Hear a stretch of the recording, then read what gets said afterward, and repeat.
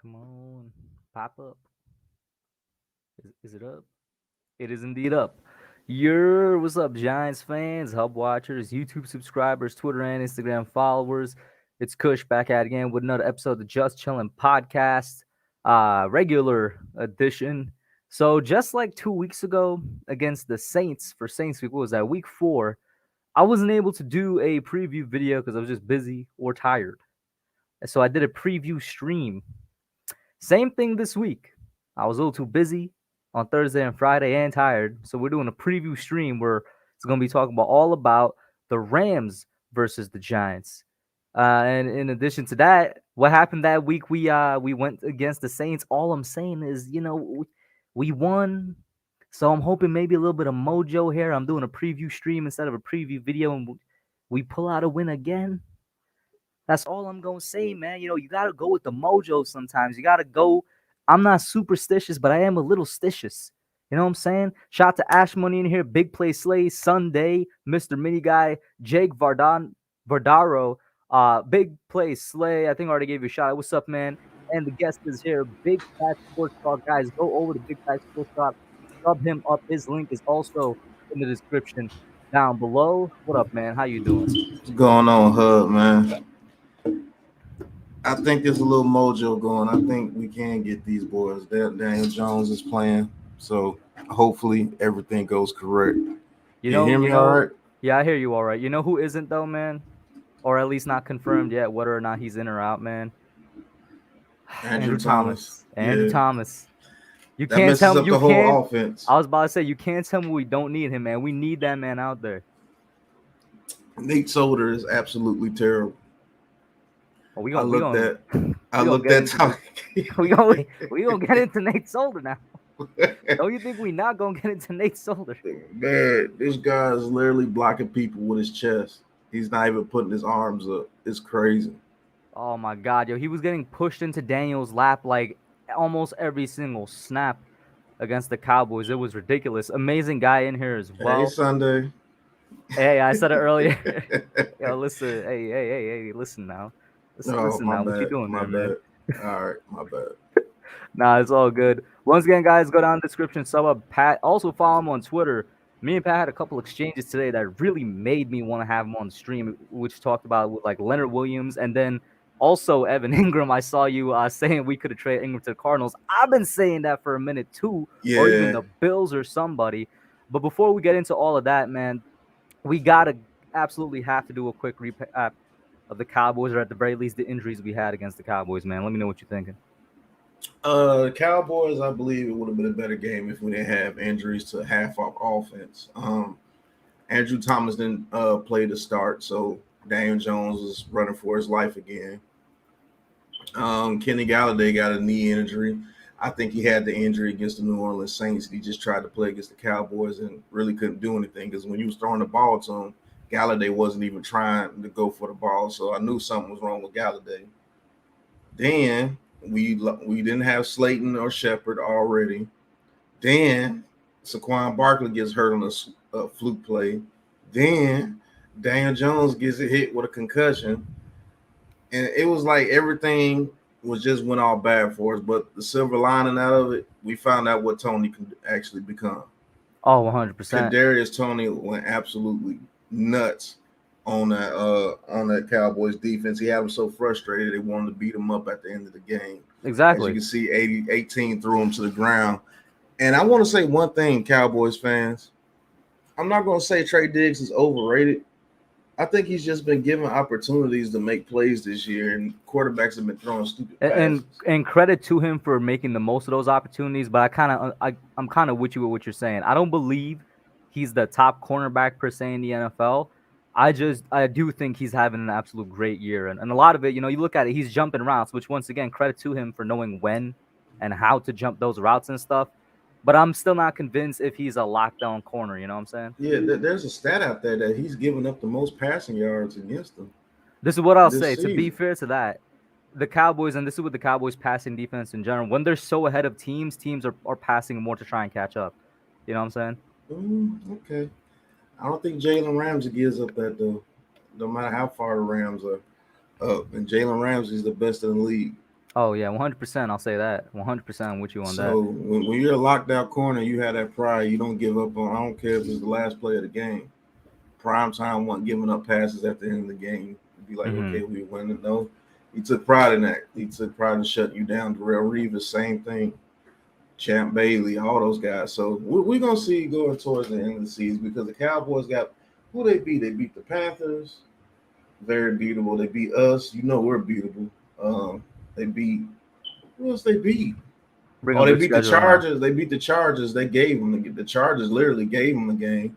And then Yeah. that penalty they called on the Chargers at the end of the game was terrible. So in order, Um, they beat the Chargers, Eagles, Panthers, and then us, and they're playing the Patriots this Sunday. so they're really not playing the meat of their schedule yet. So let's see when they start playing teams like the Chiefs and things like that. See what they do. Yeah. Shout out to And Cletus in here as well, real quick, Mr. Mini Guy. Lucas, a member.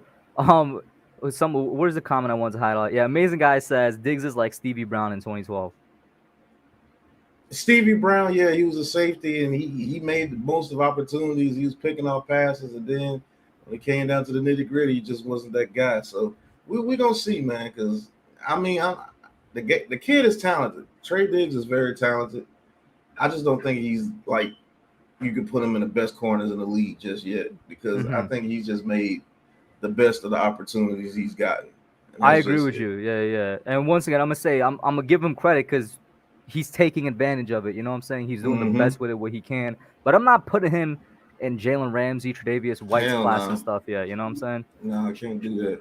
Shout out to TVN Sports in here as well. He's a I believe a Packers YouTuber.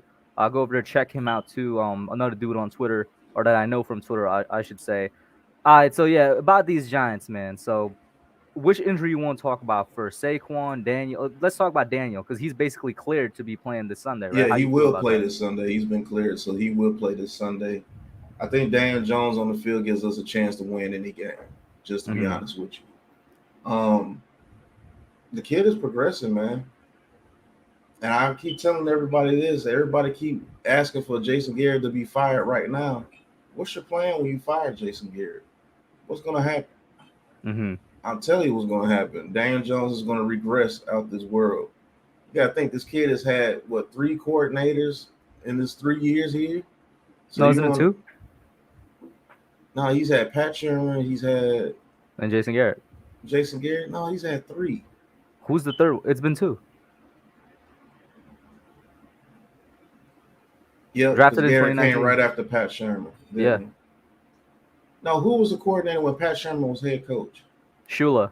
So Shula was the Shula, coordinator. and Sherman was coach for 2 years, right? Yeah. Didn't they fire the offensive coordinator after Sherman's first year? No, they had the same coordinator under Shermer. I'm pretty sure for the 2 years. I have to check that out. But yeah, the kids having to learn so many systems, bro. And let's just be honest, we move the ball between the 20s with the best of them. With the Mm-hmm. best, every game we're driving it down the field. It comes to execution when we get in the red Red zone. zone. You may be able to blame Jason Garrett for making a dumb play once in a while in the red zone, like trying to get Evan Ingram involved or something. But other than that, it's execution. He's not out there dropping snaps. He's not out there getting false start penalties. He's not out there missing blocking assignments and getting Daniel Jones sacked. We were on the inch yard line and we couldn't get it in the end zone from the inch yard line twice in a row. Come on, the Buccaneers against the Eagles last night with Leonard Fournette.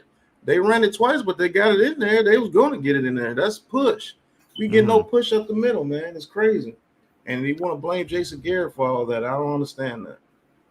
No, I agree with what you're saying. Shout out to Authentic in here as well. Of course, everybody knows Authentic. Go over there, check him out. I agree with you. What you brought up is exactly the Giants' offense. We've been struggling in the red zone. This is not something new. This dates back to even Pat Shermer's last year here, 2019. We had struggles in the end zone. When we were scoring with Shermer's offense, a good amount of time was from outside the red zone. You know, just like how it Exactly. is with Garrett's offense. It's like it's always outside the red zone. It's not a new problem. It's not a Jason Garrett problem. It's been here for a minute now. And I, while I do think overall the problems with this team is more coaching than players, I will say it's not as if the players have zero blame. They are the ones out there. They are the ones making the mistakes. our quote unquote stars of our teams are the one that's being missing right now. Like, there's a lot of blame to go around, basically. And on the offensive line point, and I always give credit to Rob Sale because, I mean, you got to agree with me here. This man had the offensive line overperforming for the first 5 weeks. And then in week 6, it's like, I don't know what configuration, but we got our third string guys out there who was bound to fail at some point. Right. And I mean, Sale's doing one hell of a job. He's working with an injured left tackle. Andrew Thomas's foot was probably hurting the whole time, and it just caught up to him. He's working with a different left guard every week. He's worked with 2 or 3 different centers. He's working with Hernandez, who's very inconsistent, and then Nate Solder. He just can't help. I'm sorry, you can't help Nate Solder. It's over for Nate. He needs to retire today. Like, it's a wrap. So you think we should be starting Matt? How long did you think before Nate Solder we saw this game from Matt Peart should have started, or were you like, Matt, he's had to be worse because that's why I didn't start him? I don't see how Matt Peart could be any worse than what Nate Solder has been playing. You got to start Matt Peart because you got to see what you have in Matt Peart.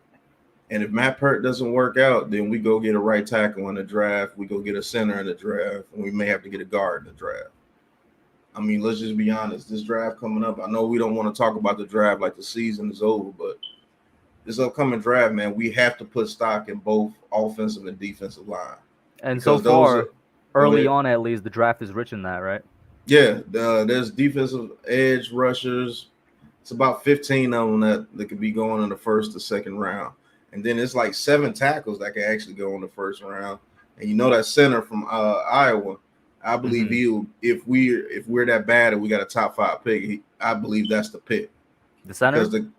Because the right tackle from Alabama would be taken, and Thibodeau from Oregon would be taken number 1. I believe he's going number 1. We'll have to see when it gets here, yeah. But Linderbaum, like Nate said, Linderbaum from Iowa is an absolute beast.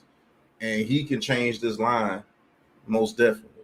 And we had to see what we got with Isaiah Wilson as well. If he can get his head together and get back in shape, we might have a decent line already. If Peart works out, Isaiah Wilson gets his head together. If he could get, I think he has his head together. It's what you said. Physical shape is what I think it is for him. I mean, he's a big dude.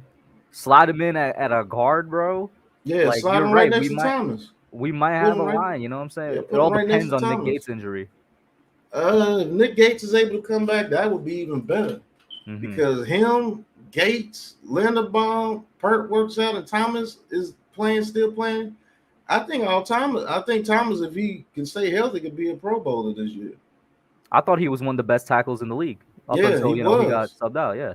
Yeah, he was actually playing almost at all-pro level. If he kept doing what he was doing, he was playing almost at all-pro level. That's like Daniel Jones progressed so much because that dude locked down the left side of the field, and he didn't have to worry about his blind side anymore. I was telling people it's not a coincidence that Thomas is out here playing like an all-pro, and that's what allows Daniel Jones to, make that step forward. Oh, okay. Super chat. Shout out to LA Lou for the $10 super chat. He says, I have guarded confidence going into this game. The Rams defense is good, but not great. We have to bend, don't break. I hope we aren't looking past the Giants. What do you think about this? He's absolutely correct. You can be beaten any given Sunday. I don't care what team it is. You can be beaten by the Lions if you don't show up and do what you're supposed to do. I think if we were fully healthy and played you guys, I think we would have a heck of a chance against you guys, to be honest with you, because only thing I really fear with you guys, and it's because it's our team's fault, is y'all getting the offense going off because we can't stop the run. Our defense is in shambles right now. Yeah, I don't understand what the hell's wrong with our defense this year. We're only missing one player. That's it. What's going on? And we technically upgraded, right? We technically upgraded in the secondary. Like, we technically upgraded at edge rusher. I mean, we saw what Azeez could do. He's still a rookie, so you can't count on that every week. But we lost Dalvin, but we kind of upgraded everywhere else. It makes no sense. You know what I want to say, though? Do you think us missing Jabal Sheard and people like Kyler Fackrell, I think we missed them a whole lot more than what we thought. I agree. Because Kyler Fackrell is way better edge rusher than Carter and Zimenez combined, I believe. I 100% agree with you right now. You know, I mean, even with the Chargers, isn't he doing well with the Chargers right now? Yeah, he You know, is. correct me if I'm wrong. I'm pretty sure he's having a good year, you know, by his own standards with the Chargers. Jabal Sheard looked like his best form in the entire NFL with us last year. I Right. agree with you. We had a solid rotation at edge, and that's why I'm asking myself, why aren't we putting Brown back out there, Coughlin back out there? They got into the backfield a couple times last year. We're not seeing them. We finally saw a glimpse of Quincy Roche out there. But I agree with you. Like, and those guys are veterans too, you know what I'm saying? So they've seen a lot in the NFL. They have a bit more wisdom than our edge rushing group, which is very, very young. Like, I think so, man. People forget Kyler Fackrell, he was good for us. Jabal Sheard was playing out his mind for us. Right. Jabal Shear actually won the Bengals game for us. Mm-hmm. What that strip sack. I don't understand. When we got rid of those guys, everybody didn't make a big deal about it, but I guess it actually was a pretty big deal because Lorenzo Carter is not getting it done. We don't know where the hell Zeman is at. We need to put an APB out for him. I don't understand how some people still like this guy. I think he needs to go. I think he's done. And I'll say this, it's more disappointing for Carter because I was a big Lorenzo Carter fan, but not just that. There's a lot of beat reporters that was saying Lorenzo looks different this year and stuff. So we were being, I don't want to say we were led to believe because it sounds like the beat reporters did it on purpose, but from what he's shown in the offseason, it looks like he was going to do something. Yeah, the Blake Edward Squires. I mean, the Blake Martinez injury hurts, but it's still. I don't know, man. I think we missed those. I think we missed those defensive line pieces that we had this year. I believe those veterans, they played hard. They knew what to do in certain situations. Dalvin Tomlinson's a big hit. Fackrell and Jabal Sheard's a big hit. So I really think that's hit our run defense as well as our pass rush because Mm-hmm. we was getting pass rush up the middle. That's because Leonard Williams had one-on-ones because of Dalvin Tomlinson. We don't have a Dalvin Tomlinson on this team anymore. And he was good against the run, and he did a little bit of pass rush. Danny Shelton, He was a pusher. He was a pocket yeah, pusher. I don't know what Danny Shelton is. Like And I real don't know quick, what he does, man. shout out to Blue City Empire Sports. He says NFL has the Giants being the Rams. I mean, like Pat said, any given Sunday, we'll see what happens there. But no, I agree with you. Dalvin Thompson, I made a whole video on it saying the underappreciated Dalvin Thompson. It seems like the Giants really did underappreciate him. He was a great run stuffer up the middle, which let's not pretend as if the Giants have had a great run defense this year. We've been getting gouged here and Right. there throughout games. He was a pocket pusher, and every now and then, yeah, you know what I'm saying, he'd allow Leo to just get right through and get to the quarterback. And we're seeing now with this year, Leo's the one getting, double teamed and stuff like that. If you want to talk about that a little bit from what we the little exchange we had on Twitter. He's the one getting that attention now. Uh but because of that, obviously he's not going to get to the quarterback. What's even sadder about that situation is that if Leo is getting double teamed, why isn't everybody else on our line and edge getting to the quarterback? That I cannot answer. I mean, Austin Johnson, he got what 3 sacks, so he's getting. I think the main issue with this team is we're giving up 6 to 7 yards on first down every freaking play, every freaking drive. They just run it up the middle and get at least 5 yards, and these offenses are just on schedule all the time, and so Patrick Graham, he's like running zone on 3rd and 2. Like that's not going to help you. Like if we're not getting any pass rush with the 4 people we're sending in there, that's not going to help you. This a tight end is just going to catch it over the middle like they always do against us all game. And I've seen multiple times on 3rd and short for some reason he's still playing the cornerbacks way off. Yeah, I don't understand it. Like you're giving them the first down. It's crazy. I don't understand it, man. To We be got honest with you. we got a Skip Bayless troll count in here that says please keep Gelman, the Martian and Coach Dante. I mean, I don't think Gelman's done a terrible job. If you what do you think about Gelman right now, bro? I don't think he's done a terrible job. I think he's done everything that he said he was going to do. He's just missed on the people that he drafted. Because Mhm, if he hits on the people that we drafted, this offensive line is stacked. mhm. Because if Shane Lemieux would have worked out, if Matt Pert works out, Thomas works out, we already had Gates. If Hernandez works out, we got a solid offensive line. It's just that he hasn't hit. And I really want to say when he first came in here, he was battling cancer, so he wasn't out there scouting like he usually does. We One need thing, better scouts one thing you definitely got to say that he didn't address was the edge rushing position, though. It almost seems like I mean, we had Golden, we let Golden go, our 10-sack guy. But it seems like we let go, and like you mentioned, Fackrell, he wasn't a 10-sack guy for us, but he was still somebody that got to the quarterback better than our current edge rushers. It seems like he ignored it each offseason. Yeah, he did. He did ignore it this past offseason, but he drafted Zimenez and Carter. They didn't pan out. They're not panning out. Mm-hmm.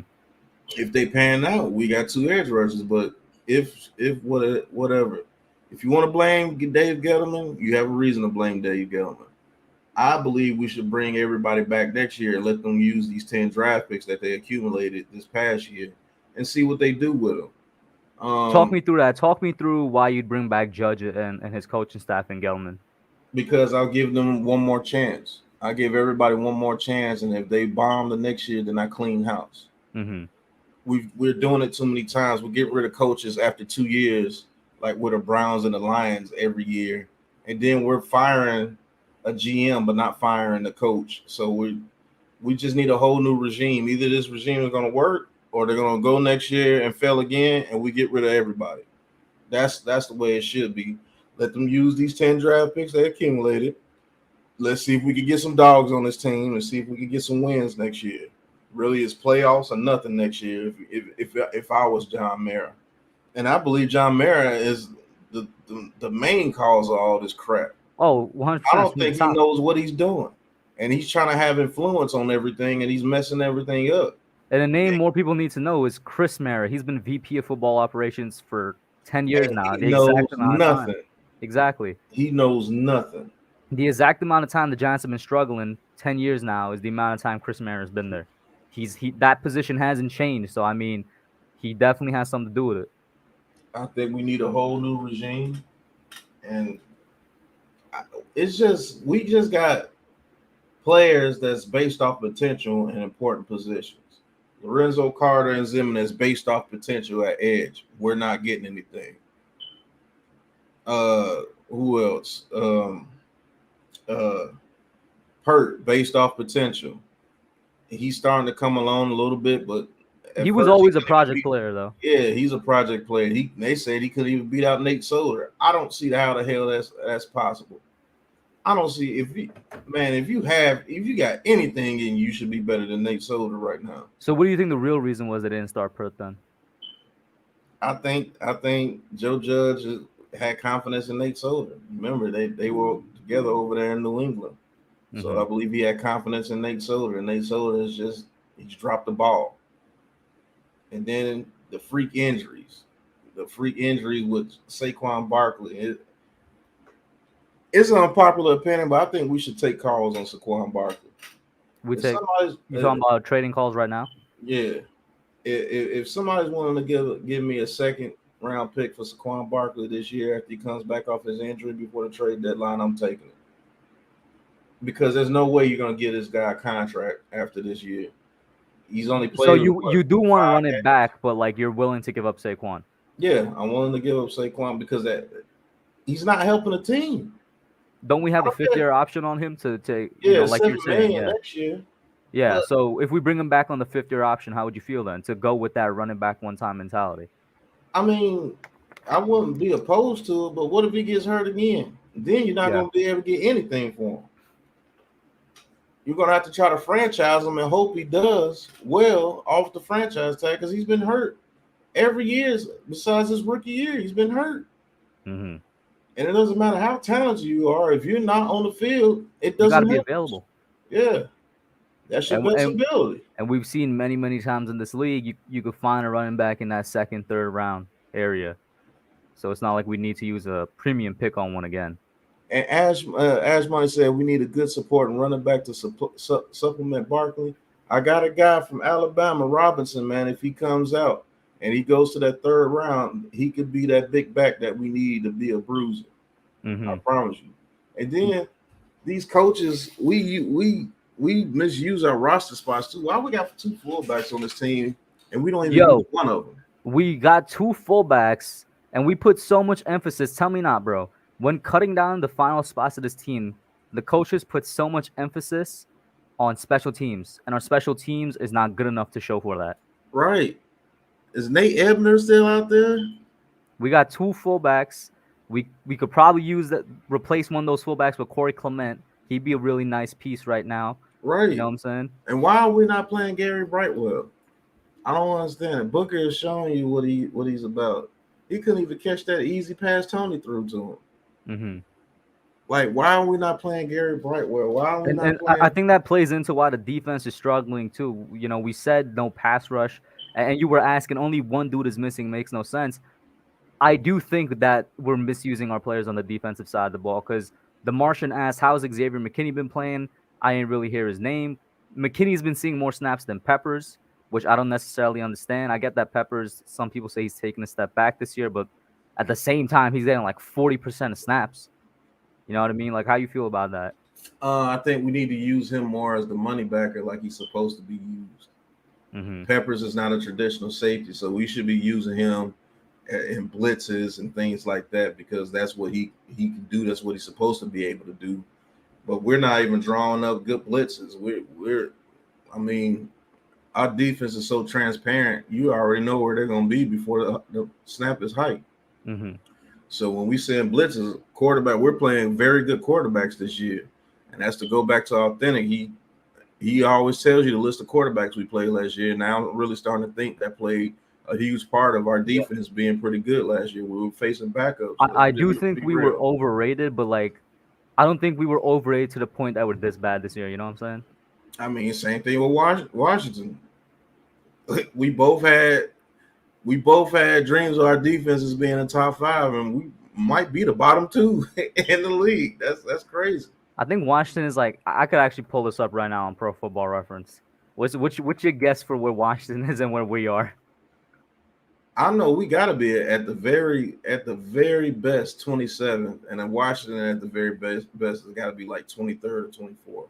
So Washington is the 31st ranked defense Yeah, I in the league, told you. Yeah.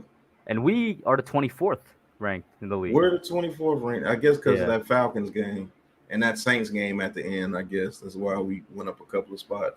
But The yeah, way Pro Washington Football has been Reference, terrible. bro, you want to talk about a defense the disappointing? I know we've been disappointing, but I think Washington more so because they had aspirations of being the best in the league. Right. And they got the defensive line. They got Sweat. They got both them Bama boys in the middle. They got Chase Young. They got there's a third guy behind them that's pretty good. They drafted the middle linebacker. They brought in William Jackson. I don't know what's wrong with them, man. I Mm-hmm. don't know what's wrong with them. But they're just as bad as we are. I'll be honest with you, they're just as bad as we are. Actually, a little bit worse. Only reason why they beat us is because Dexter Lawrence went outside. Mm-hmm. Or if Slayton catches the touchdown pass, we beat them. So, I mean, every NFC East team defense is pretty terrible, except for the Cowboys, who we all thought was going to be terrible. You see what I'm saying? Mm-hmm. It's weird this year, man. But that Washington defense is extremely disappointing because they got the defensive line to play with anybody. So I don't know what's going on out there in Washington. Pat, you watch college football, right? Mm-hmm. All right, so I got a question here from Jake.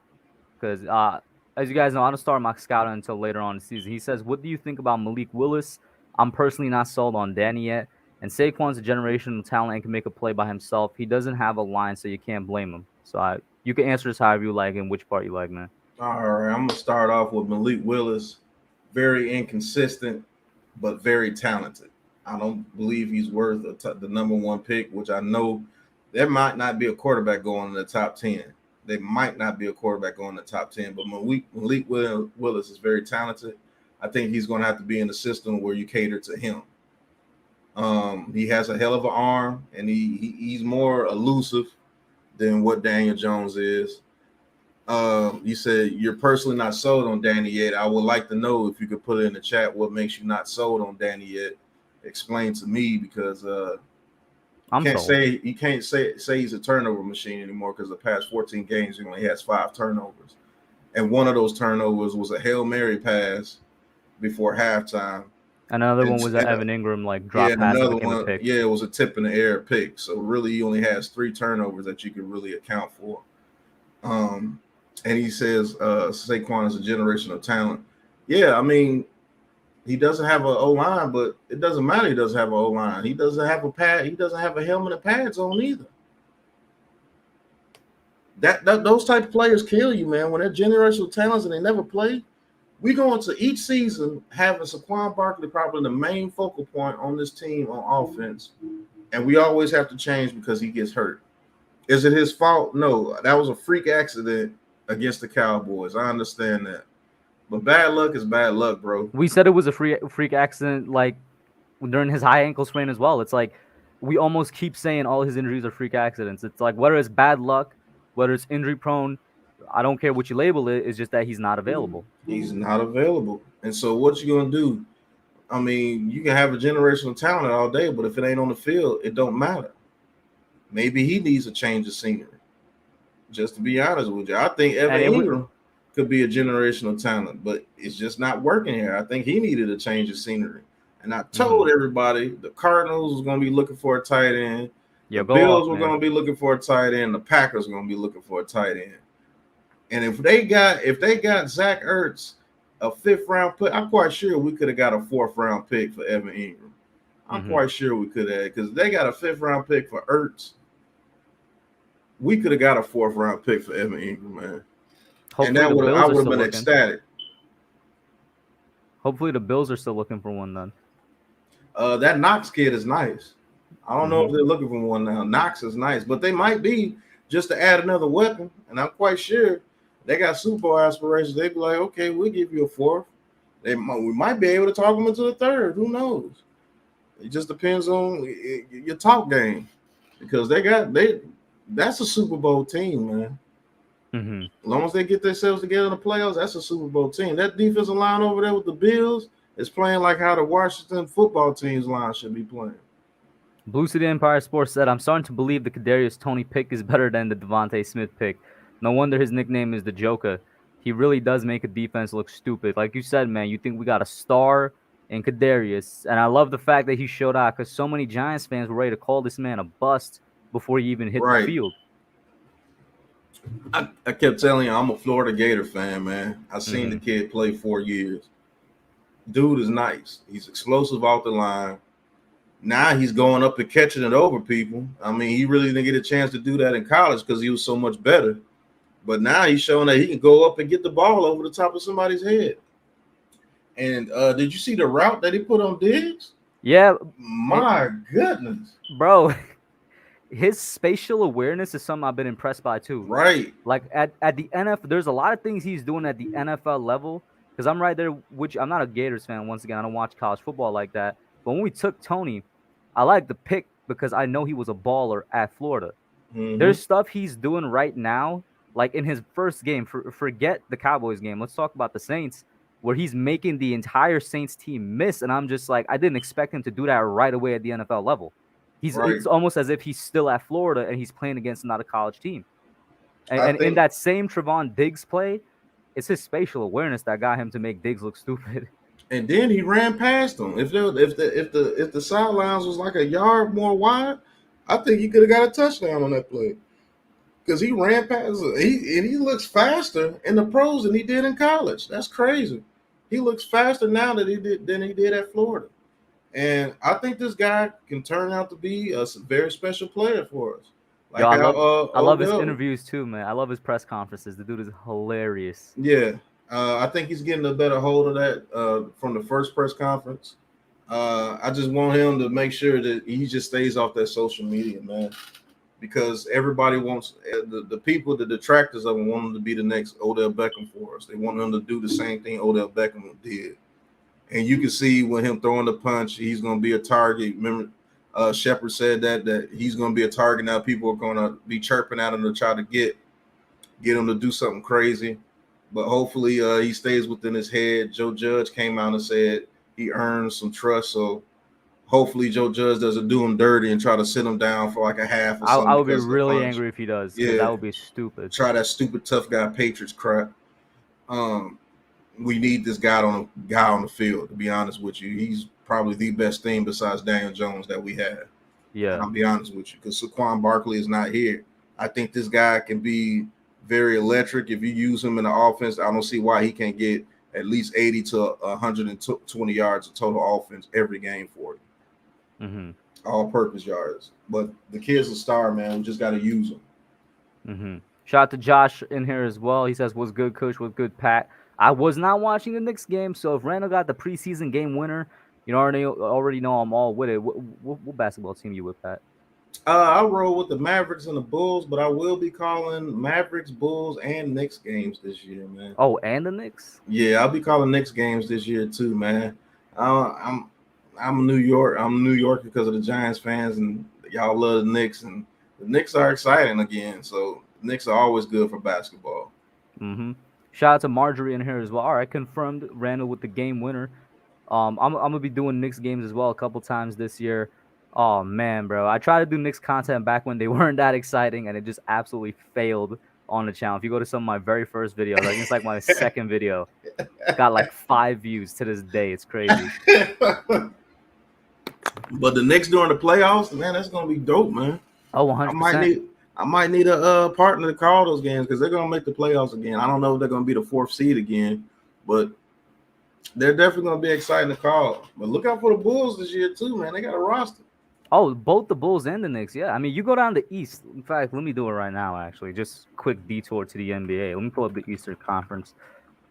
Bro, the East is kind of stacked, low key. You know what I'm saying? You're looking at 76ers. I'm looking to make it again. Obviously, the Nets, Bucks, of course, Knicks, Hawks, Heat. I mean, the Heat. I expect them to make it again. Then, like you said, the Bulls. I expect to make it. And a team. What do you think about the Celtics? Celtics might make it again if they could stay healthy. Yeah, the Celtics gonna make it, man. Like, I mean, and that's not even considering surprise teams. Like Charlotte, I believe, could be a surprise team because they were in the playing game. You know what I'm saying? I think Detroit could actually be a playing game team this year as well. Like the East is stacked. The East is stacked, man. The East is gonna. I'll tell you this, man. It's gonna be a real good series between the Nets and the Bucks again this year. If they play each other again this year, even if Kyrie Irving doesn't come, I believe Kevin Durant and James Harden is enough. But if they have Kyrie too, and he's got his mind right and ready to play, oh my God, I don't know who beats him besides the Bucks. I'm gonna say this, all right? Listen, you heard it here first. If the Knicks and the Nets meet up in the playoffs, all right, the Nets are going home. That's a blowout, man. The Knicks are beating the Nets. Kemba Walker is decent, but y'all gonna have to hope Kemba Walker balls out. You're gonna have to hope Derrick Rose comes off the bench and gives you at least 20 a night. Oh, Derrick Rose is gonna be 6th man of the year. And you're gonna have to hope that Julius Randle can play like an all-star. All right, listen. It was his first playoff. Yo, give him a break, man. I mean, I'm giving him a break, but he's playing the Knicks. This ain't the Hawks. Bro, who's guarding him on the Nets, though? Tell me who's guarding him on the Nets. Julius Randle? Yeah. On the Nets? I could put Blake Griffin on him. Blake Griffin ain't guarding that 3, bro. He has to hit it first. He's going to hit it. Okay. Like I said, if Julius Randle doesn't play like an all-star, you lose. Listen, you don't even have a chance. Listen, you know who you're sleeping on? You know who you're sleeping on? Who? RJ Barrett, bro. RJ Barrett is gonna be that dude. He's not this that year. Dude, man. He's gonna be that dude this year. Trust me, bro. He's not that dude, man. He's gonna be that dude this year, bro. He's gonna be a 6th man in 2 years. Watch what. Wow, we got an RJ Barrett hater. I'm not a hater. I'm just telling you the truth. Nah, bro. Listen. This man's gonna be locking people up on the defensive side of the ball. He has a corner 3. He has a really good drive. And he's been working on the 3 all around. Nah, he's not that dude, man. That dude on that team has got to be. Listen, Randall's the number 1 option. Randall. You know what I'm saying? RJ's the number 2. Then you got Kemba is the number 3. You know what I'm saying? Fournier is there to hit shots here and there. Listen, bro. I forgot you got Fournier. Do y'all still have what's the other guy that killed the Hawks that first game that came off the bench? Burks. Y'all still got Burks too, right? Yeah, we still got. So y'all got Burks, Fournier, and we got Mitch back healthy, and Nerlens Noel back healthy. Both of them were great. Mitchell Robinson's back. That is right. We got like people forget how much of a great defender and Yeah, just Mitchell center Mitch Robinson's a is. monster. I And forgot y'all have Mitchell and Robinson. don't forget, Nerlens Noel's like averaging like 2 blocks in the playoffs too. He's a great Oh, defensive player that too. changes things. I forgot about Mitchell Robinson because he actually is pretty good on both sides of the ball when he's healthy. Now, if that dude's He's super healthy, underrated. Yeah. that could be a problem for the Nets because they ain't got nobody that's gonna go out there and stop him. And then if you could put him on Kevin Durant when he drives into the basket, that okay. I give you a little bit more of a chance if Mitchell Robinson is healthy. I feel like you're sleeping on the backup Nerlens too, man. He was putting up blocks all over the place in the playoffs and regular Nerlens season. Noel stays hurt too, and I just don't like his offensive game. Remember, he played for the Mavericks. He's better with us, just like how Randall's better with us than he was with the Lakers. And we got facts, yo, Josh. And we got Emmanuel quickly in the second year. Obi Toppin's been stroking the 3 in the preseason. You know what I'm saying? We got the rookie Quentin Grimes, bro. Like, come on, bro. Stop sleeping on the Knicks. Man, look, y'all gonna be a 4th or 5th seed, and you either gonna play the Bucks or the Nets. You definitely don't want no problems with the Bucks. Wait, so you think the Bucks or Nets are also going to be the 4th or 5th seed? Because, 4 plays 5. I'm talking about you get past the first round. Yeah. You get past that first round, you're gonna have to play the Bucks or the Nets. And we're beating the Nets. You definitely don't want problems with the Bucks. We're sending the Nets home. Man, look, bro. Listen, the Nets bro. Are healthy. Kyrie's not even playing in that series if we play the Nets. It don't even matter. Kevin Durant and Harden by themselves are good enough. 100%. You know what I'm saying?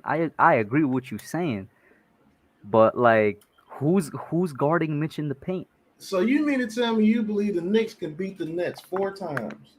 That's what you're telling me. Absolutely. Oh my God. Hey man, we could put something on this, bro. I'm definitely putting something on. What you want? Well, it's contingent on if they meet in the playoffs, obviously. If they meet in the playoffs, I'm hitting you directly on Twitter. As soon as it's made, you tell me what you want to put on. Okay. I promise. I'll tell you this: you got your own merch. We do a merch deal. All right, what's up with it? If the Knicks beat the Nets, I'll buy $100 worth of your merch. What? Hey, yo, that's a lot. And that's vice versa. Lot. That's a lot.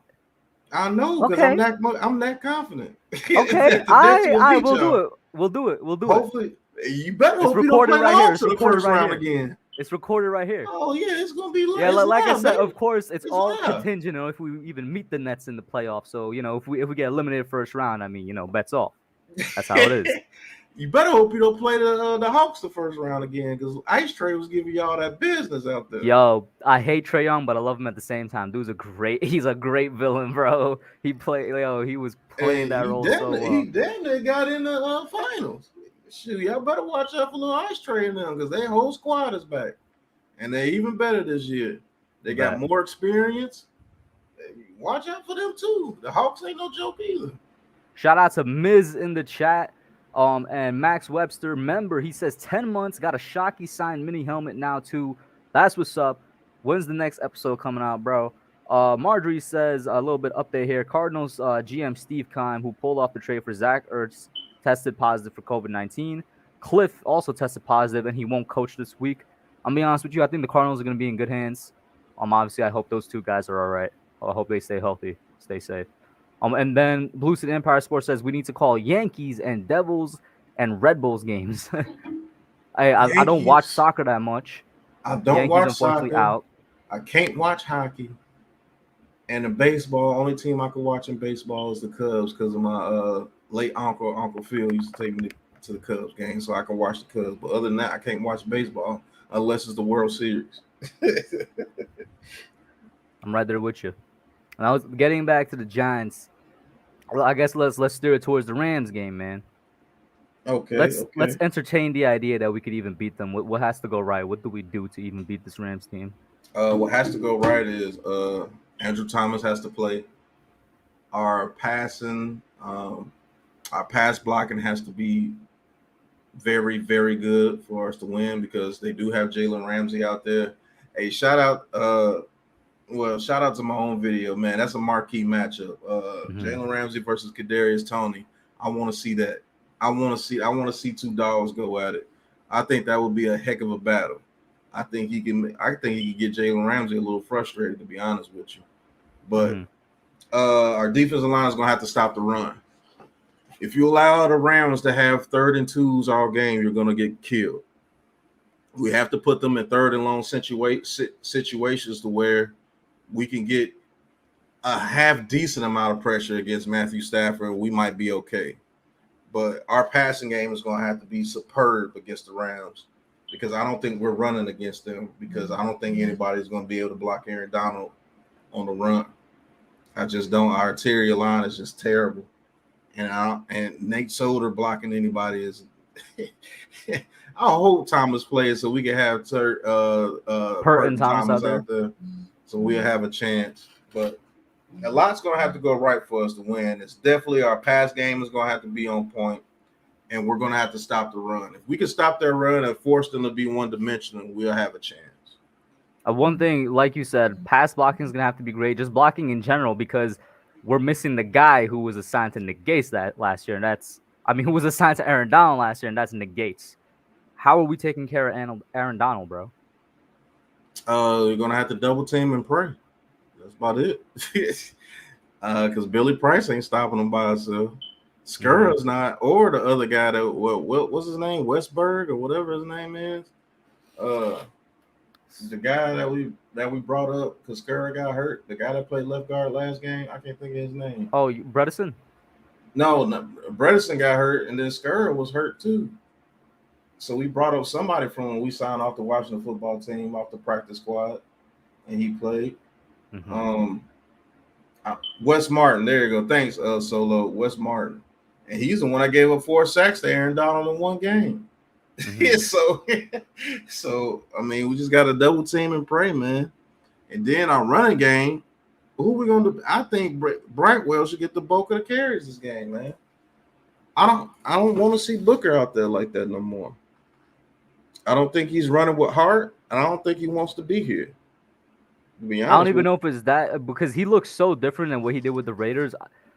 I don't know if it's that or if it's just he just doesn't have it in his legs anymore to run like he did with the Raiders. Physically. He it's not like he was a number one back anywhere else. He's always been a backup.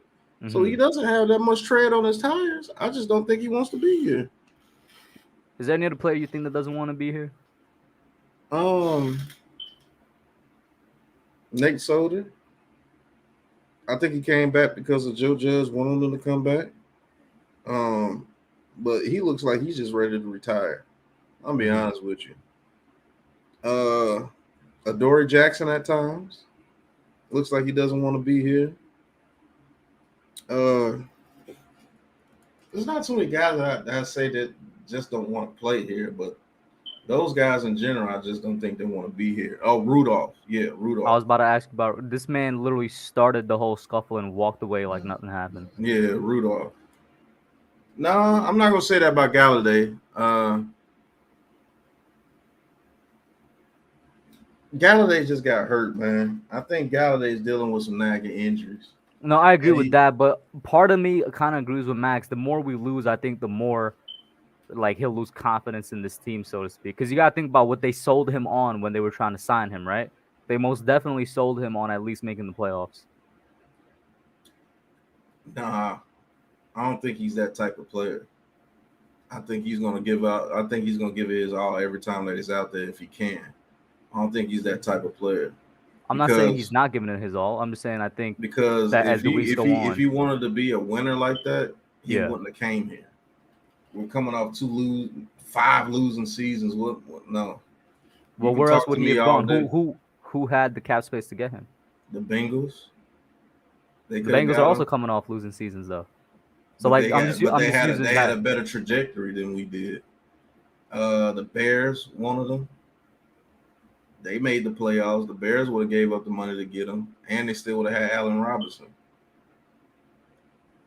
And I just don't. Nah. You could. The thing that I'm saying are y'all is, trying to read it saying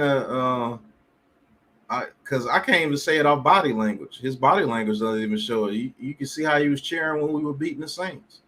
No, I that dude gives it his This is what all I'm every saying time he's right out here. there. This is what I'm saying. You're mistaking what I'm saying, and Max is saying it as well. He's giving it his all. I'm not arguing that. I'm just saying there's a possibility the more we lose, the more and more he might not want to be here. You could still give it your all on the field for a team you don't want to be with. Okay, I just don't think that's the case. Because I can tell when you don't want to be, even if you're going out there playing hard, you can tell when somebody doesn't want to be here. Is all in body language, and nothing about his body language tells me that he doesn't want to be here. Mm-hmm. No, once again, I agree with you. I'm not saying as of right now he doesn't want to be here, but I could see it happening. Like we've seen it happen before with other players we've brought in.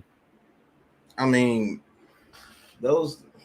I mean, when you talking about Snacks Harrison, it didn't matter how much we lost, he wanted to be here. Just had to get rid of his contract. Oliver Vernon is just Oliver Vernon. I think he's just gonna give the same effort no matter where he goes. Janoris Jenkins quit, yeah, because he's one of those type of players. He did the same thing at Florida. That's why he got released from Florida.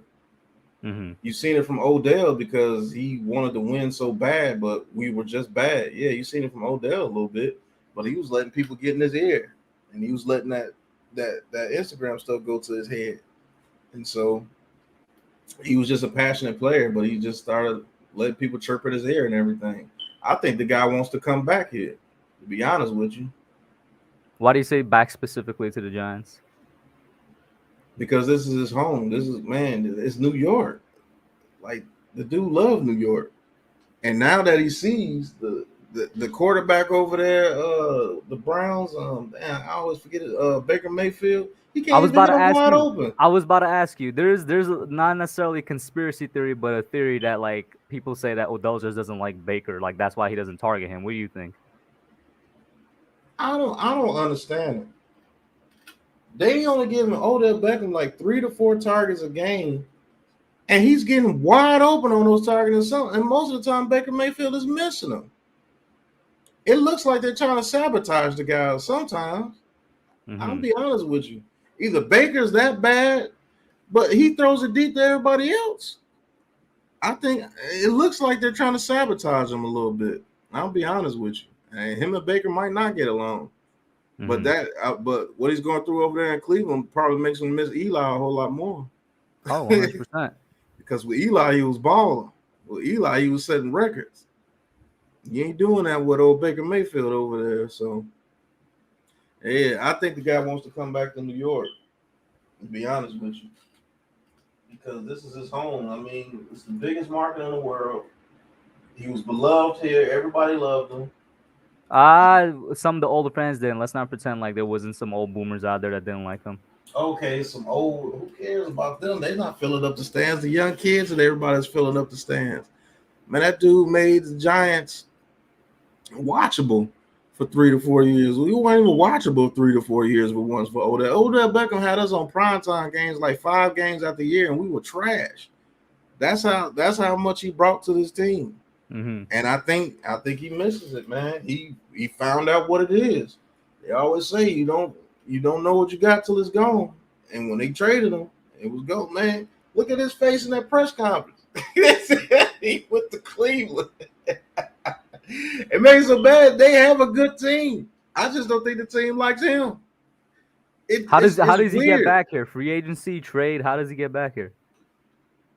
But trade, but he can't come back in, man. You can't bring him back after all that fiasco. But right now, I think Odell Beckham could be half for a third round pick. I'll be honest with you. And if we had the cap space, I would say get him immediately because him and Tony alone will be absolutely ignorant. And Galladay, if healthy, I would get rid of Galladay to bring Odell back here. you would do a swap like that? Hell yeah, in a heartbeat. Him and Tony and Shepard on the same field. Who you guarding? But weren't we saying that in the offseason with Galladay? But then obviously, health and stuff. Yeah, health issues. But let's be and Odell real. has health issues too. I think that kid will go absolutely nuts if he came back to New York. I'm not saying he won't, but he also has his fair share of injuries. I think he would be so freaking happy he wouldn't be worried about a damn injury. I think that kid would look Well, it's like he not about even. worrying it. You know what I'm saying? If it was about worrying it, nobody would be injured. I think that kid would turn back into the old Odell if he get traded back here. I promise you he would. That kid wants to be back here in New York. He found out that it wasn't as green. The grass wasn't green on the other side, and I think he found that out before he got traded. But he did so much stuff that he knew that he was going to be traded. And his career, man, it's been bad out there in Cleveland, man. It makes it so bad. The little Yeah, game, he he's was on the still same producing. he was on the same pace as Jerry Rice's first 4 years. Right.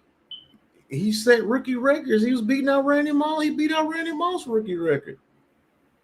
You know who's But about to beat that rookie record? Kadarius Toney. he gonna have to ball out because they wasted his first 3-4 games. They Well, wasted him. hey man, I think he could do it. I Because think he can too. depending on how long, like Galladay's been injured all offseason and even now, basically all regular season. I don't know when he's gonna get healthy. Shepard and Slayton with the hand, we have no idea how long the hamstring's gonna take. He's gonna have to be involved more. Right. Kadarius. Blue City, yeah, he did. He broke about 4 yards. He had 189. OBJ had 185. And KT But could have gone for way more. he could have went for way more. To be honest with you, if he didn't get thrown out the game, it was still 7 minutes left. I was about to say, yeah, he gets to like probably 230 at least. Right. But he said Michael B. Dave Gettleman got to go if we bring back OBJ. Why? If he brings him back, you should cheer him. Because I know that kid he would go crazy if what Michael here. B is saying is in order to get OBJ, we need to get rid of Gettleman. I don't think it was Gettleman that got rid of him. There's a lot of people that believe that's what it was, and then there's people that believe it was Mara that got rid of him. I think it was between Mara and Sherman. I don't think Dave Gettleman gave a damn. To be honest with you, he damn sure wouldn't have gave him the contract.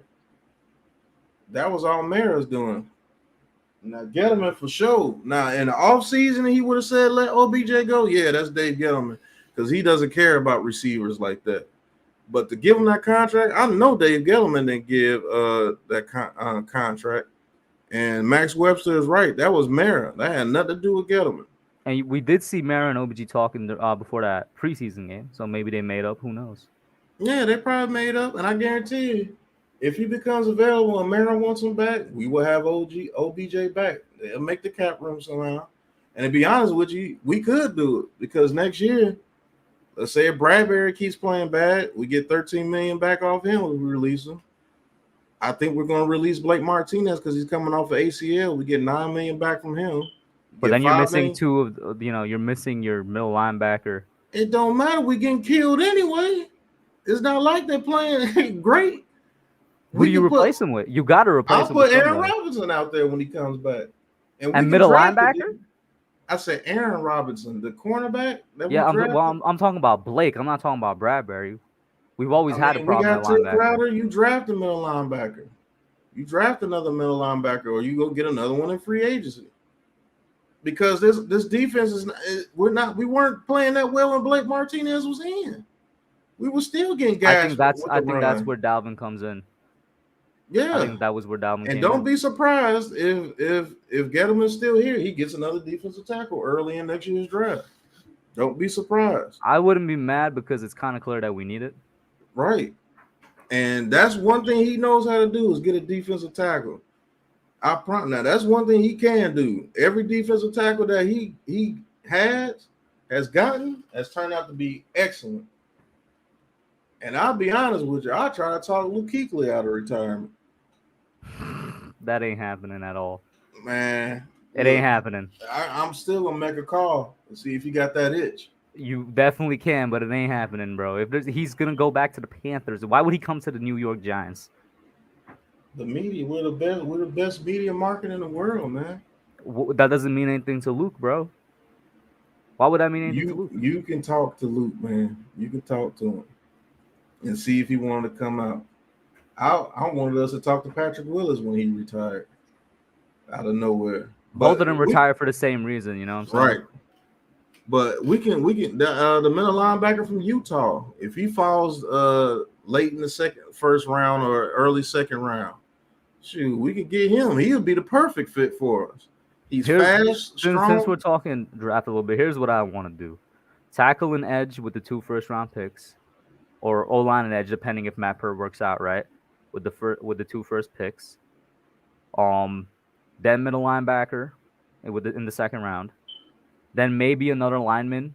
And this is where I'm like, this could be a defensive tackle or an inside O lineman, whatever. We need both. In the third round, maybe get a running back in the fourth, like with our first 5 picks. That's what I would do. Yeah, those 2 first rounders.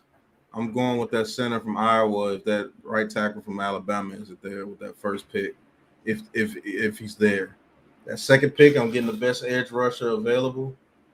Um, that second round pick, I'm going middle linebacker because we got to get a middle linebacker. We got to get a talented middle linebacker. I'm trying to trade those 2 third-round picks to get me a premier edge rusher or a middle linebacker that's on the market. I'm trying to trade those to get a veteran there, but if not, those 2 third-round picks, I'm probably going running back and a defensive tackle. Fourth round pick, another lineman. Fifth round pick, another lineman. And the rest we can just get us some dogs. Try to get us a premier kick returner with the 6th-round pick. A kick returner is always available in those six or 7 rounds. You don't have to be an all-star to be a good kick returner. Find a kid that's a good kick returner. I don't care if he goes to JB Hutt. Find him, draft him there, and have us a special teams guy that can take to blow the top off the special teams. Because a good kick returner, punt returner changes field position. And field position is everything. So you can find somebody in the 5th, 6th round like that. And not have the fear of putting Kadarius Toney or somebody out there to get injured. That's what we really need is a damn kick punt returner that's dangerous. I'm tired of seeing Peppers back there and CJ Board. Let's get somebody back there. We haven't had that since, man. It's been a long time. Dwayne Harris? Yeah, Dwayne Harris. And before that, I think it was Meggett. But yeah, that first pick has to be the top offensive lineman available right there in the position that we need. And I believe that center from Iowa makes this offensive line pop. To be honest with you. Yeah, Levance, Dave Meggett. Yep, that was before Dwayne Harris. But Dave Meggett was nice. So, Pat, the one thing I want to do before we close out the stream here is you told me what we had to do to win the game, but what do you think is actually going to happen? And I guess break down that preview of the Strands game with score prediction in there, man. What I want to give you, what I want to happen is I want us to beat the Rams 24-17, and I want DJ to go off again, throw for at least 300 yards and 3 touchdowns. What I believe is going to happen, I believe we're going to fight them very hard, but find some way to give it up at the end of the game. That's what I think was going to happen. But we got a heck of a chance. As long as DJ's playing, we always got a chance because that kid is our franchise quarterback. I was about to say, when you could say that with a quarterback, you know he's your franchise guy. Right, because you can't tell nobody any different. As long as that kid is playing, I'll say this for the detractor. As long as that kid is playing and Andrew Thomas is at left tackle, we got a chance to beat anybody. Now, Nate Solder and them out there, and he's running for his life, nah. But if Andrew Thomas is playing out there and he's playing solid the way he's been playing all year, we got a chance to beat anybody. I feel like Salah's not even giving him enough. This man's been amazing. Right, he has been amazing. So imagine if we had a right tackle that plays the exact same way. Oh my goodness, you got time now to throw it to Galladay, Ross, Tony, Shepard, even Evan Ingram can get it open. He just got to catch it and hold on to it. I don't, man. But it still comes down. I think we both agree. It still comes down to this defense, man. It still comes. This defense is. I got no confidence. They're still gonna give up a touchdown right before half, and they're gonna find a way to disappoint me in the second half. They always do it like have they done it every game? Yeah, it's a record. It's a record. It's a record. 6 straight games letting up or 5 straight games letting up a touchdown before the half. And I want to say it's 6 because going back to just last season too. It might be even more. Like this defense gives up the goods every time. Only time they didn't do it was at the end of that Saints game, and that's the only reason why we won. And if they didn't give up the goods before halftime and at the end of the game, shoot, we'll be 4-1, looking like the Mm-hmm. Cowboys right now. Because they gave up the goods against Atlanta, they gave up the goods against the football Broncos team. against They football they team. Yeah. gave it up against the Falcons, the Broncos, the Falcons, the Washington football team, and then they gave it up to the Cowboys. When we tied it up 10-10, they let the Cowboys go right down, score 17-10 before halftime. Or I think they did. Mm-hmm. Yeah, this team before the halves is crazy. Shout out to Word tuning in, Super Taj, Miz. But I think we could establish this team ain't playing the same as they did last year. He says we match up with the Rams. Sounds crazy, but we do. You saw last year 17-9. What do you say to that, Pat? We don't have the same pass rush. We don't have the same people. Same coverage. Right. I'm starting to miss Isaac Yadam. At least he came up to tackle. Yes, at least he did that. Dory Jackson, they covering or tackling. And Bradbury's taking a fall back this year. I don't know. It's something going on, man, in that locker room. It's somebody. I don't. Do you think they believe in the defensive Speak your mind, play? bro. Speak your mind. Yeah. Do you believe they believe in Patrick Graham anymore? I'm gonna Because say that kind be of. the case too. I wouldn't say right now like they're giving up on him, but it's one of those things I could see like if they continue to underperform. And in my opinion, Patrick Graham is using some of his players out of position. Like he's coaching the scheme instead of coaching the players. You know what I'm saying? And if he continues to coach the scheme and the defense continues to, look bad, then I could see that happening. What do you think? I'm starting to see it happen now. Their heads are down too much, and they got to get players out there that. I can't wait for Ellison Smith to come back. I can't wait to see Aaron Robinson.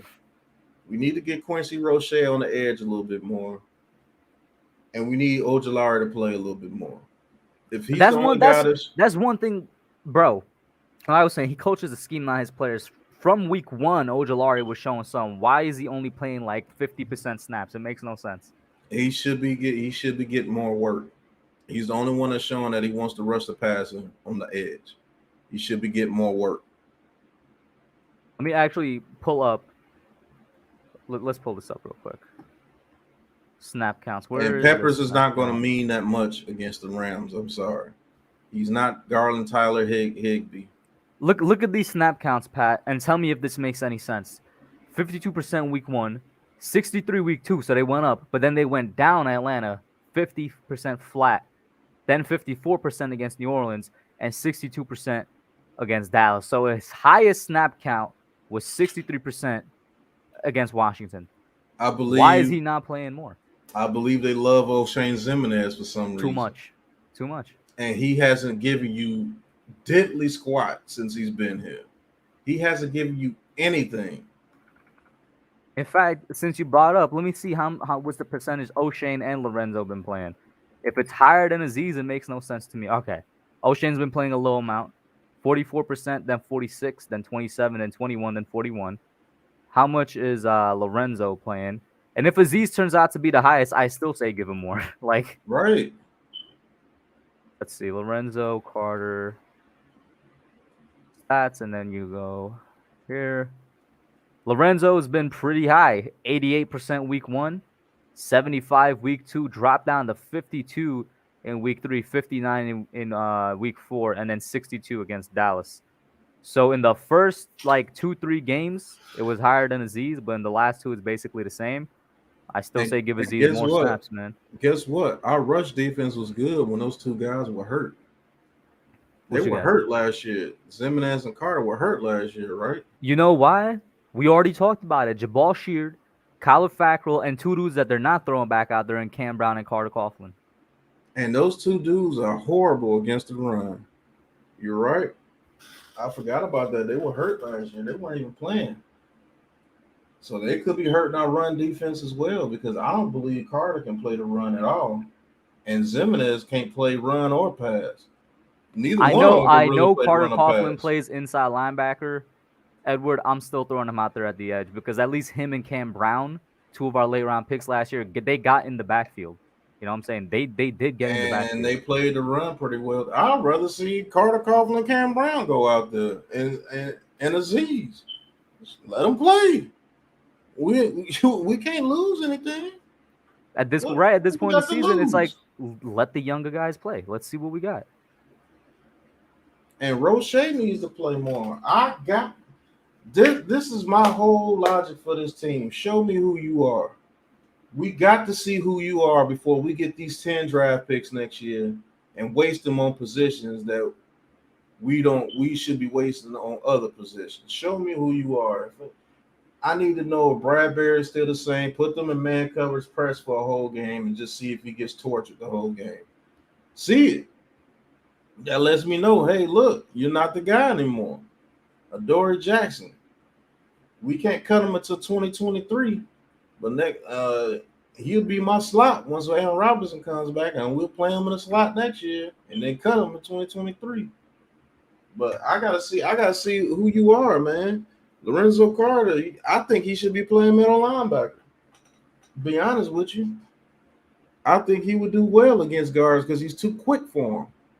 But you put him against these big ass tackles, and he can't get past these tackles. He don't even get burst off the edge, and that's what he's supposed to do. And And as soon as they and put you their got to hands think on him, after his Achilles too, that's gonna be injured, man. yeah, Or it's gonna be hurt. you need to get rid of O'Shane Zimenez. I'm putting Carter Coughlin in there, see what I got in him. I'm putting Roche in there, see what I got in him, because you might have a version of star right there. You're not even playing him. I gotta play him. I gotta play. I gotta see who the hell you are. Offense too, Matt Pert. I gotta put you out there. You get your ass whooped. We know what we got. We know what we got. And now you got 10 picks. Now we can use those picks to fill those positions. But you got to show me who you are. Mm-hmm. All those people and the people that have shown you what they are, we continue to give them chance after chance after chance.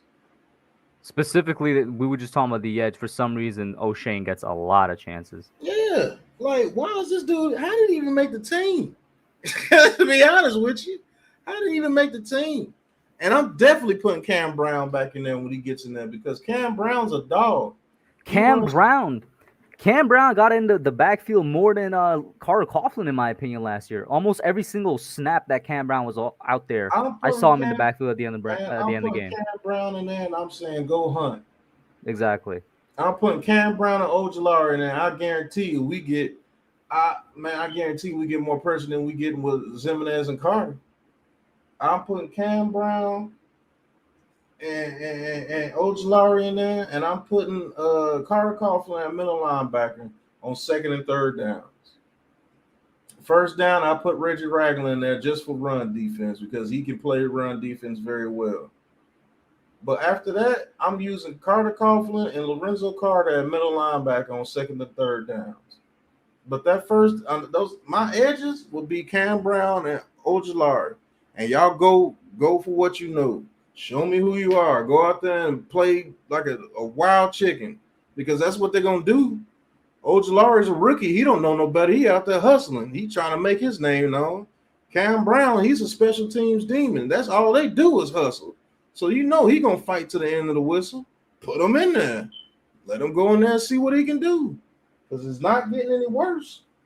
You're not getting any worse by putting them in there. I'm sorry. And I think Cam Brown can play the run way better than what they do. You see, Ojulari is the only one that can stop Taysom Hill in the backfield on those 3rd and 1s and 3rd and 2s when they was doing that stupid Taysom Hill play. He was the only one that got in there. He plays the run better than those guys. So why is somebody that plays the run and can get more pressure than the other guy, than Zimenez and Carter? He's not playing. Aziz should get 90% of the snaps. Let him play. Let him learn how to play against the run. He's only going to get better with reps. I promise you, that kid wants it. Cam Brown, he wants it. I know he does. And Aziz, let's keep it real. We drafted him, in the 2nd round. He's a dude that was supposed to be a 1st-round pick. You got to think they drafted him with the idea in mind he's going to be a premier edge rusher for us. So it makes no sense that they're not giving him like 80s, 90s in terms of Yeah, percentage of because he's snaps. already proven that he's better. Exactly. I He's mean, the best edge rusher we have. Give him as much as by you can. far, and that's crazy, by far. But for some reason, Joe Judge just wants to stick with these guys, and I think I don't know, man. I guess Joe Judge wants to act like he's 90 years old or something.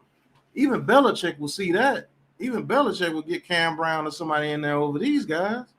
Why? Because they're good guys. They work out hard. Oh, Evan Ingram, I love the guy. He works out hard. He comes to work every If you don't day. trade this man, bro, But to the Bills, he doesn't show up to work. You see what I'm saying? yeah.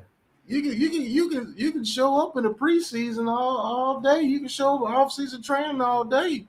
But when it comes to the nitty gritty, you can't show up. You gotta go. You gotta go. Zimenez, you gotta go. I think Carter's playing out of position. I think he's a middle linebacker. If you blitz Carter from the middle of that line, I believe he gets a lot more success. I'm telling you, because he's not an edge rusher. He's just he has no pass rush moves. Obviously, his strength is not up to par because as soon as a tackle puts his hands on him, it's a wrap. But man, if you could get him to blitz off the center and that center is not paying attention, with his speed, he can cause a whole lot of havoc. And then if you got Ojolari and Cam Brown getting off the edge, hey, look, at least Cam Brown can make that tackle work. If he can make that offensive tackle work, they have to push him off. And you know what's crazy about that? Cam Brown's the smallest dude we have at the edge group. Right. He just, like I said, something about him last year, he got in the backfield. Whether it was just he was too quick or sometimes he has a hidden strength, he pushes the tackle back. And I believe he has better bend than what Zimenez and Carter have. Mm-hmm. Because Von Miller's not the hugest guy, but his bend is crazy. Like, he can bend his body in an angle to get underneath the tackle. And his hand placement is very good. I believe Cam Brown's hand placement is better than those guys. And I don't see why it is, but it is. Our edge rushers literally run straight into the tackle. Just and then they do anything. Time it get blocked. They don't do anything. They do nothing. Their hands stay in the same place. They don't have a second move. They're not doing any swim moves. They're not trying to chop. Like, it's ridiculous every time I'm watching it. And sometimes I see it with our D linemen too. Sometimes I do see Leo doing it. I do see Dexter doing it. They run up to the offensive lineman and they're like this. And I'm like, what are you doing? Like, it's a wrap, man. And at least you can stop the run. We're not even stopping the run. I believe that has something to do with Carter and Zimenez too, to be honest with you. Mm-hmm. He said Sandro. Who's Sandro? It's the exchange guy we have, Sandro Platzigum. I played Brightwell before I played Sandro. Are you talking about the running back? Yeah. We got him back? There's always a spot for him because of the NFL exchange program, I'm pretty sure. Oh, okay. I see what you're talking about. Yeah. But, yeah, I just think we got people that shouldn't be on the field playing. I put out a video the other day called Check Collectors, where I think this team has a good amount of check collectors. They just show up to do their job. And in some way, I can respect it, but I don't want my team to be built completely off of that.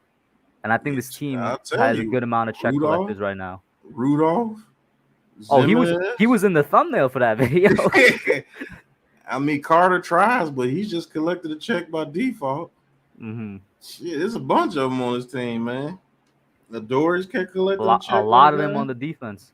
Yep. That defense is bad, man. It's starting. Yeah.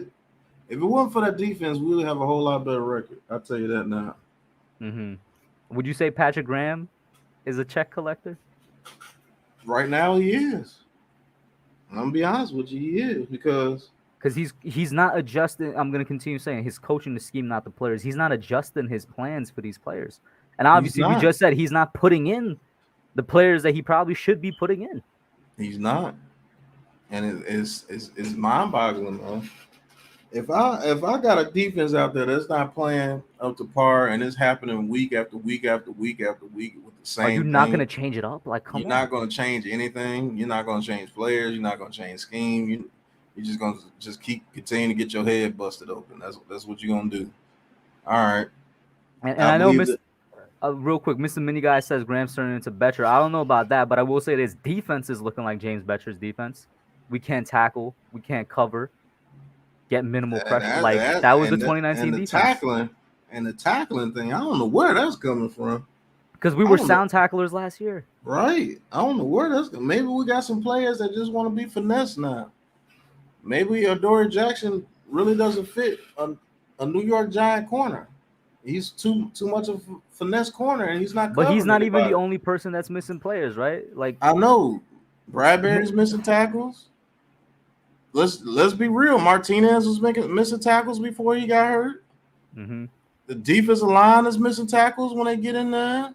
Outside, I know it's week 6. I know it's week 6, but going into week 3, Dexter Lawrence had 1 made tackle the entire year, and that's unacceptable. Like, how you have 1 tackle in 2 games? And Max Weber said we're 6th in the NFL for least missed tackles. Okay, that's cool, but a lot of times we don't even get a chance to tackle. I was about to say sometimes the stats can be misleading because you look at like the Buccaneers. If we go by that, have one of the worst defenses in the league, like on Pro Football Reference. But obviously, it's good enough to win them games. You know what I'm saying? Right. So I don't know, man. I don't know. Oh yeah. Super Taj. That Taysom Hill play is the epitome of missed tackles. Yeah, that Taysom Hill play was ridiculous. And and Tay Crowder, I like him, but he's not the guy. He's a backup in this league, like almost a practice squad backup, but he's a backup. He doesn't hit the hole with aggression. He doesn't look like he did. I know it's crazy to say this because we only had a small sample size, but he doesn't look like he did pre-injury last year. Remember, pre-injury, Tay Crowder was making plays. Right, and I don't know. It's just not the same. Michael B said D missing tackles and Evan Ingram missing catches. It is what it is, man. We got a bunch of people that should be doing better than what they are, and they got star roles on this team.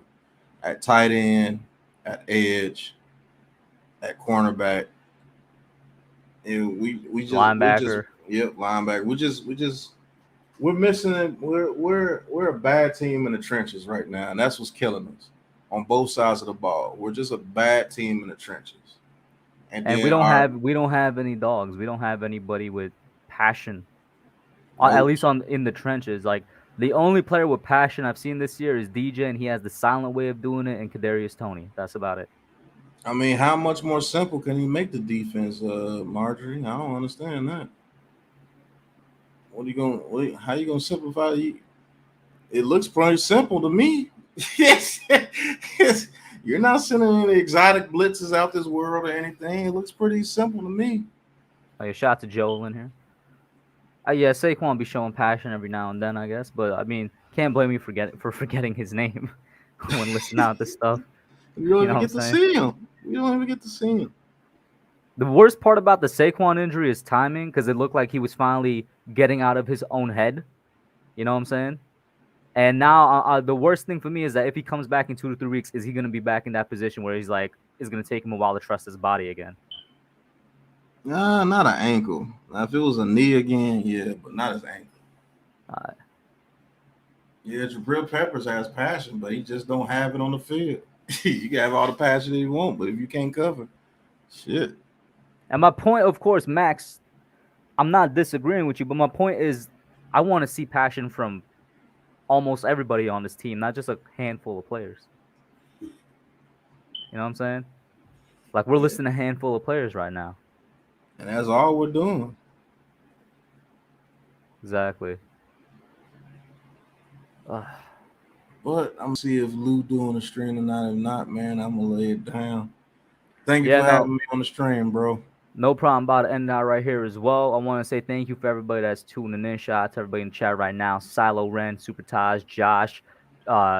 Is that George or Jorge? I'm not sure. Jalen Weira, Max Webster, Levance, Michael B, Joe Yato, Marjorie Simmons, Mini Guy, Edward Chan was in here. Shout out to everybody that's here.